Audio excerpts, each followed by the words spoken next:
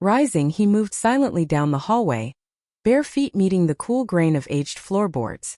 The air carried the mingled scent of damp earth from outside and the rich aroma of freshly brewed coffee. A domestic fragrance that, for reasons he couldn't articulate, felt like sanctuary. As he neared the living room, he saw her, seated by the window, hands folded over a half-finished scarf, eyes tracing the path of raindrops as they raced downward. She hadn't noticed him yet, lost in some private reverie. "Claire," he said, voice low, careful not to startle. She turned, blinking as if returning from afar, then offered a faint smile. "Ethan, I didn't hear you." Her tone was soft, but beneath it ran a current of weariness, a quiet resignation that tugged at his ribs. "Are you all right?" he asked, settling into the armchair opposite hers, maintaining a respectful space between them. He didn't expect answers, only the chance to witness her, to bear witness with her. She hesitated, fingers tightening slightly around the wool. "I'm fine," she replied, but the words rang hollow like porcelain masking cracks beneath. He saw it plainly, the flicker of anxiety in her gaze, the subtle droop of her shoulders, the way her breath caught just slightly before she spoke. She was carrying something alone, and the weight of it was visible even in stillness. They sat in silence, the rain stitching its own narrative between them. In that quiet, Ethan discovered something unexpected. The act of simply being there, offering presence without demand, felt meaningful in a way he hadn't anticipated. It wasn't grand, it was elemental, like breathing shared air. After a while he ventured again, voice tentative. "I just thought, maybe you wouldn't mind company." "I wish," Claire began, then stopped, gathering courage. "I wish we'd always been able to speak freely. That fear and past mistakes hadn't built so many walls between us." Ethan's hand brushed hers, accidental, yet deliberate in its intent. "Maybe we're starting now," he said. "Maybe the when doesn't matter, as long as we begin." Her eyes glistened. For a moment the storm outside faded, the house dissolved, and there was only this. Two people, hearts laid bare in the quiet dark. No grand declarations, no dramatic gestures. Just the profound intimacy of shared space, shared silence, shared scars. "I like starting now," she whispered. "Even if it's small. It feels like hope." Ethan nodded, a quiet smile touching his lips. Hope is enough. They stayed like that for hours, speaking little, feeling everything. The unspoken truth, that they mattered to each other more than either had dared admit, hung in the air, beautiful, terrifying, and utterly real. And as the rain continued to fall, Ethan understood. The most powerful emotions are often the ones never spoken. They grow in silence, fed by presence, by trust, by the slow, patient unfolding of two hearts finally willing to meet. The evening sky blushed pink, spilling liquid light across the living room. Ethan sat across from Claire at the low coffee table, their cups steaming between them. The silence was different now, charged, expectant, thick with all they had yet to say. Claire traced the rim of her mug, her voice soft but steady. "I wonder sometimes if we're too careful, if we hide so well that we forget what we're hiding." Ethan looked up, startled by her directness. Her tone carried a vulnerability he'd never heard before. Raw, honest, unguarded. He realized then that their quiet afternoons, their shared glances, their gentle rituals had built a tension neither had named, but both had felt, like a note held too long, trembling on the edge of resolution. "I think," he said carefully, "that waiting too long makes speaking harder. I feel like we've been carrying something all along, but we've been afraid to name it." Her eyes met his and something shifted. A thaw, delicate but undeniable. "I'd like that," she murmured, almost to herself, as if admitting a truth too long suppressed. Her eyes glistened, unshed tears catching the fading light. For the first time, Ethan saw her hesitation not as distance, but as fear of change, of vulnerability, of risking the delicate equilibrium they'd nurtured. "Ethan," she whispered, voice trembling, "there's something I need to tell you. I don't know why I waited, maybe fear, maybe uncertainty. But you matter to me. More than I expected. More than I realized." His heart hammered against his ribs.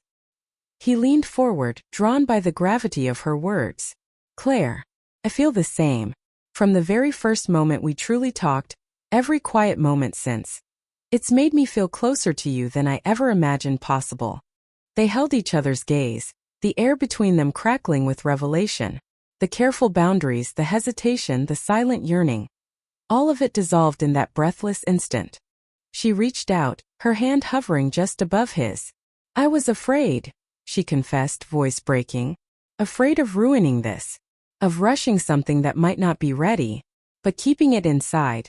It's been heavier than I could bear." He covered her hand with his. The contact was simple, tender, yet it carried the weight of years, of loneliness, of missed chances, of quiet hope finally spoken. "We don't have to rush," he said. "We can go slowly. But we don't have to pretend anymore." Relief washed over her face, mingled with joy and lingering fear. "I've wanted to say it for so long," she breathed. "And now it feels like a weight has lifted." Outside, twilight deepened, painting the room in velvety shadows. The world seemed to pause, granting them this moment, this grace. Ethan felt a calm he hadn't known he needed. "It's incredible, isn't it?" he said softly. "How honesty can change everything." She squeezed his hand. "Terrifying but freeing. I think we've both been afraid of feeling too much. But now it doesn't seem impossible." The turning point wasn't dramatic. It wasn't fireworks or declarations. It was this two people choosing to be seen, to be vulnerable, to risk the fragile for the real. The walls they'd built over years of caution were crumbling, replaced by something tender, enduring, authentic. It was a small exchange devoid of drama, yet it marked a threshold. In that moment, Ethan understood a vital truth. Connection isn't always about fixing or explaining. Sometimes it's about holding space, about sharing the quiet burden of existence without flinching. But just as this fragile understanding took root, footsteps echoed from the hall, measured, deliberate, unmistakably his father's. The spell shattered. Tension seeped into the room like a chill draft. Ethan's mind raced. He had taken a tentative step toward empathy, toward seeing Claire not as a role but as a person, but now he sensed the house itself guarding secrets, truths buried beneath years of polite avoidance, waiting to stir. "I've always wanted someone who sees me," Claire said, voice barely audible. Ethan's heart swelled. "And with you," he replied, "I finally feel seen." They sat in silence, hands entwined, letting the truth settle like dust after a storm. It wasn't hurried, but it was powerful, transforming weeks of quiet longing into something solid, something shared. "You know," Claire said after a while, smiling through tears, "I think this is the beginning of something beautiful, something ours. Even if it's slow, even if it's fragile." Ethan nodded, warmth spreading through him like sunlight. "Something real. Something worth every hesitant step. Something that feels like hope." And as the last light faded, Ethan understood. The turning point hadn't come from chance, but from courage, the courage to speak, to listen, to feel fully. In that quiet power they had discovered a truth as old as time. Love, when nurtured with patience and spoken with sincerity, can heal even the most guarded hearts. Morning light filtered through the kitchen window, gilding the quiet house. Ethan sat at the table, cradling a mug of coffee, when Claire appeared from the hall, carrying a small stack of letters and photographs, fragments of the past they'd been piecing together. "Morning," she said, her smile softer now, freer. "Morning," he replied, warmth blooming at the sight of her. The house, once heavy with unspoken words, now hummed with possibility. They settled at the table, sorting through the mementos. Each one told a story, not just of Claire's past, but of resilience, of quiet strength, of a woman who had loved deeply and learned to carry her scars with grace. Ethan realized how much he'd come to know her, not just her history but her heart. And in knowing her, he glimpsed a future no longer shadowed by hesitation. And as he watched uncertainty ripple across Claire's face, Ethan felt a strange duality. Curiosity warring with unease. This afternoon wasn't merely a conversation. It felt like the first step on a path winding through the hidden corridors of his family's history. A journey that might unravel everything he thought he knew. Yet, for the first time in ages, that hollow in his chest didn't feel quite so empty. A tiny spark had ignited, fragile but persistent. Maybe today, he thought, is the day the silence breaks. She paused at a photograph from a summer picnic, laughing freely under the sun. "I forgot how happy I looked," she murmured. I forgot that happiness could be mine." Ethan looked at her, his voice gentle. "I think it still can be." Maybe it's different now. But it's real. And it feels like we're finding it together. She met his gaze, and in her eyes he saw wonder, reassurance, belief.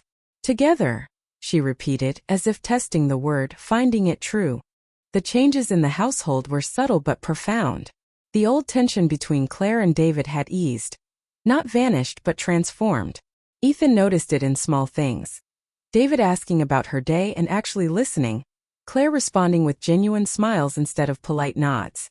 The misunderstandings of the past hadn't disappeared, but they no longer dictated the present. After breakfast, they walked to the nearby park, where autumn leaves blazed gold and crimson. They didn't need to fill the silence. Their presence was conversation enough. Claire spoke of coming here as a girl, of dreaming on this very bench, of hoping for a life that felt like belonging. It feels fitting, Ethan said, that we're here now, a place where beginnings feel possible. They sat by the pond watching ripples dance on the water. I feel peaceful, Claire admitted, like some of the weight is finally lifting. And I can see clearly what I want. Ethan brushed his hand against hers on the bench. And I think what matters most is honesty. About our pasts, our feelings, the connections we're ready to embrace. For the first time there was no fear, no uncertainty. Only mutual recognition, care, and the quiet joy of being known. Back home, Claire paused at the living room doorway, looking at Ethan with a smile that was both tender and sure. I'm glad we found our way here, she said. Not rushed. Not forced. Just us. The next morning found Ethan drawn to the living room before the sun had fully claimed the sky. Claire was already there, ensconced in her usual chair by the window, a book open but unread on her lap. Dawn light spilled through the curtains, gilding her features in honeyed warmth. Again he was struck by her gentleness, by the way life seemed to coil beneath her calm surface, like a river hidden beneath ice. Ethan smiled back, a deep sense of fulfillment settling in his chest. Me too. And whatever comes next, we'll face it together. Carefully. Honestly. Fully. That evening, as sunset painted the sky in rose and gold, they sat on the couch watching the last light fade. The past, with its regrets and silences, had led them here, to understanding, to hope, to quiet fulfillment. Ethan realized then that second chances don't always announce themselves. They arrive in ordinary moments, in shared coffee, in rainy afternoons, in the courage to say, I see you. And sometimes that's enough. More than enough. The house was no longer a repository of silence. It was a home, filled with the quiet joy of hearts that had finally found each other. And as night settled softly around them, Ethan and Claire sat together, content in the knowledge that every hesitant step, every unspoken word, every fragile moment had been worth it. They had arrived. Not at an end but at a beginning, gentle, enduring, and wholly real. Morning, he said, voice hushed, not wishing to fracture her stillness. She looked up, a small smile blooming. Good morning, Ethan. Coffee? He nodded, moving to the sideboard where the pot steamed. As he handed her a cup, their fingers brushed, brief, accidental, yet electric in its simplicity. The contact carried an unspoken acknowledgement, a current that hummed beneath the surface of their polite distance. They had never been close, not truly, but these quiet mornings were weaving something new. A bond that needed no declaration, only presence. Sipping their coffee, Ethan's gaze wandered to the mantelpiece, where a faded photograph leaned discreetly behind a beeswax candle. Intrigued, he reached for it. The image showed a younger Claire, radiant beside a woman he presumed was her mother, both laughing with an abandon that felt almost mythic now. Is that you? He asked, turning the frame toward her. She leaned in, taking it with reverent hands. Yes, she said, voice thick with memory. I was about your age, maybe younger. That summer at my grandmother's, it feels like another lifetime. Ethan studied her profile, noting the wistfulness etched in the curve of her lips. You look free there, he observed quietly. I was, she admitted. Life hadn't yet taught me how heavy a heart can become, or how isolated one can feel even in a crowd of loved ones. Her words settled in the room like dust motes in sunlight. Ethan understood more than she might guess. Their paths had diverged, yet the ache was the same, the longing to be truly seen, to be met not as a role but as a soul. I think that's part of why I value these moments, he said, choosing his words with care. They remind me that kindness exists. That it's possible to be soft without breaking. Her eyes softened, and for the first time she looked at him not as David's son, but as Ethan, a young man who noticed the cracks in the world and didn't look away. I value them too, she said. You have a way of seeing what others overlook. Maybe that's why I feel lighter around you. Silence returned, but it was different now, not empty but full. A silence that held everything unsaid. Comfort, recognition, the fragile beginnings of trust. Later that afternoon, while helping Claire reorganize a cluttered bookshelf, a small leather-bound journal tumbled from the top shelf, landing with a soft thud on the rug. She snatched it up instantly, fingers tracing the worn cover as if greeting an old friend. I haven't opened this in years, she murmured almost to herself. Ethan's curiosity stirred. May I? She nodded, and together they sank onto the floor, flipping through pages filled with looping script, delicate sketches, and fragments of days long past. Travel notes, unsent letters, reflections on friendships that had faded like photographs left in the sun. One entry, penned in careful ink, caught his eye. Some people enter your life quietly, but their presence alters everything. I wonder if I'll ever be brave enough to let them stay. He glanced at Claire, whose gaze had grown distant, anchored in some inner horizon. Did someone like that come into your life? He asked gently. She offered a sad, knowing smile. We all meet those who make us feel vibrantly alive, if only for a season. But life isn't always kind to such moments. Timing, distance, fear. Sometimes our own walls keep us from holding on. Ethan felt a pang of kinship. Her unspoken history, the careful boundaries she'd erected. These were the very things that had kept them apart.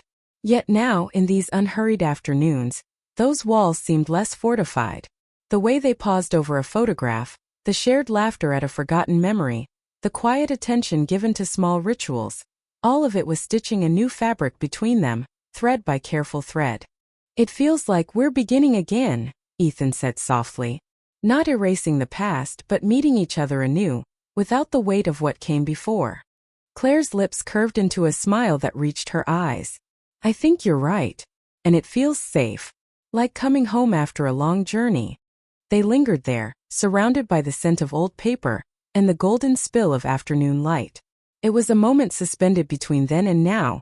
A bridge forming across years of parallel solitude.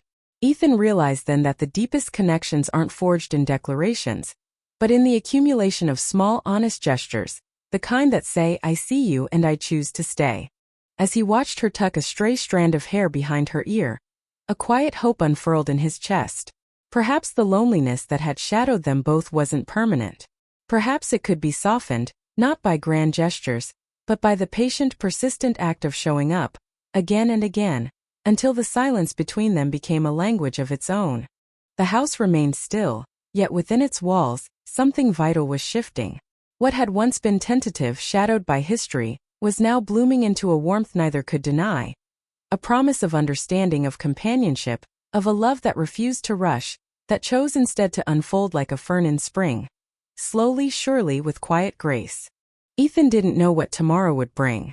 Only that he wanted to be present for it, to walk beside her through the quiet corridors of memory and possibility, to see where this fragile, growing thing between them might lead. A week passed, and the house seemed to breathe differently. Not in ways visible to the eye, but in the spaces between moments, in the rhythm of shared mornings, in the way light fell across empty chairs, in the unspoken ease that had replaced old tensions. Ethan couldn't pinpoint when it began, only that the air felt lighter, threaded with a fragile hope he hadn't dared entertain before. It was on a Thursday, as rain whispered against the attic windows, that chance, or perhaps something more deliberate, intervened. Ethan had been rummaging through a box of forgotten board games, seeking distraction from the gray afternoon, when the attic door creaked open. He turned, half expecting a draft, but found Claire standing there, a small smile playing on her lips. I thought I might find you here, she said, her voice warm with a newfound ease. Ethan grinned. Didn't realize the attic was on your itinerary. Exploring. She stepped carefully over scattered boxes, her eyes scanning the clutter. Looking for old photographs, she admitted. But I didn't expect to find you. There was a lightness in her tone, a playful curiosity that made his pulse quicken. It felt less like coincidence and more like convergence. As if the universe, tired of their hesitation, had nudged them together. "Want help?" he asked. "I'd appreciate it," she said. And together they began sifting through layers of time. Dust motes danced in the slanted light as they unearthed board games with missing pieces, journals bound in cracked leather, and photographs curled at the edges. Each object carried a ghost, a whisper of lives lived and forgotten. For a while they worked in companionable silence, letting the rhythm of discovery fill the space between them. Then, tucked behind a stack of mildewed books, Ethan found a small, yellowed envelope. "Look at this," he said, holding it up. Claire's breath caught. "I haven't seen that in decades," she whispered, moving closer. "It's from a time I barely remember." Inside were letters, folded with care, penned in a tight, familiar script. Her father's hand. As they read together, the air thickened with unspoken emotion. Each word brimmed with tenderness, gratitude for small kindnesses, longing for connection, quiet confessions of admiration wrapped in restraint. Ethan was struck by the depth beneath the formality, the vulnerability of a man who loved deeply but didn't know how to say it. "Your father," Ethan began, voice hushed. "He wrote these." Claire nodded, a fragile smile touching her lips. "Yes. He was trying in his own way. Back then I didn't understand. Or maybe I didn't want to. Life moved too fast, and we never paused long enough to truly see each other." A warmth spread through Ethan, not just from the memory, but from the realization that these quiet moments, the coffee, the photographs, the journal, were no longer relics of the past. They were foundations, building blocks for something unfolding now, something tender and undeniable. As he looked at Claire, she seemed nearer not just in space but in spirit. The laughter that had occasionally escaped her during their mornings now felt richer, more authentic.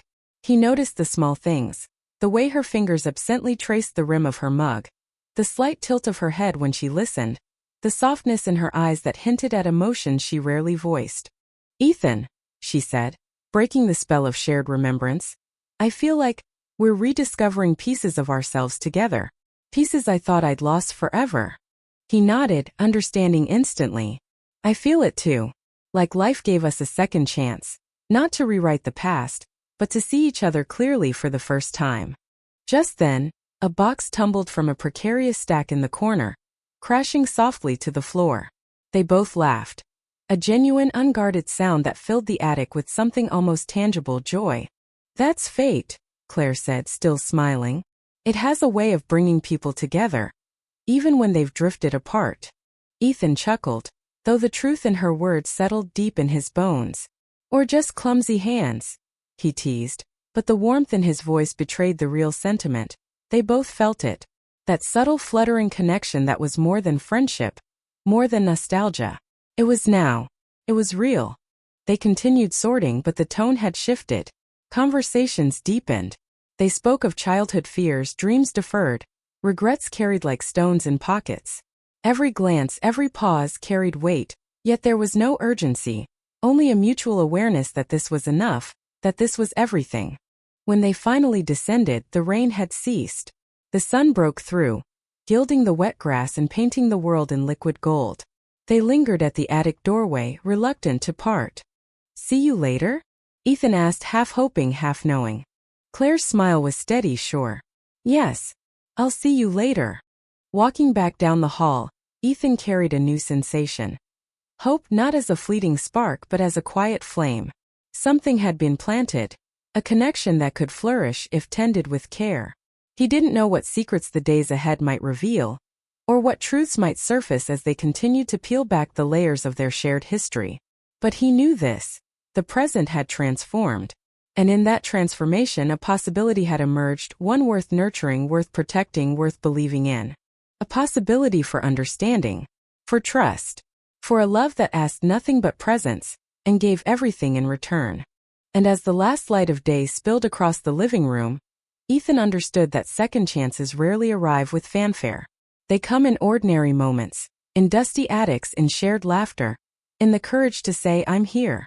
Ethan perched on the edge of his bed, gaze fixed beyond the window pane, where the world had softened beneath a veil of rain. Silver threads descended in gentle, unrelenting waves, tapping a hushed percussion against the glass. A lullaby of solitude that soothed the ears but failed to quiet the hollow echo within him. That familiar ache lodged deep in the marrow of his chest had been his constant companion since childhood. A quiet desolation, a sense of being adrift even when anchored in routine. At 24, his life appeared unremarkable to outsiders: steady employment at a modest bookstore, a circle of acquaintances seen sporadically, a father who provided materially but rarely emotionally. Yet behind this veneer of normalcy yawned a chasm no distraction could bridge. It wasn't mere loneliness, it was the profound absence of being known, of craving a connection whose shape he couldn't quite define. One evening, as amber light spilled across the living room, Ethan noticed a small wooden box wedged behind the couch cushions. Curious, he pulled it free and lifted the lid. Inside lay a trove of fragments: photographs, postcards, letters tied with faded ribbon. Snapshots of a life lived before she became Claire, David's wife. He lifted one image. Claire, young and vibrant, standing in a sun-drenched garden beside a woman who could only be her mother. Both were laughing, faces alight with an unguarded joy that felt almost sacred.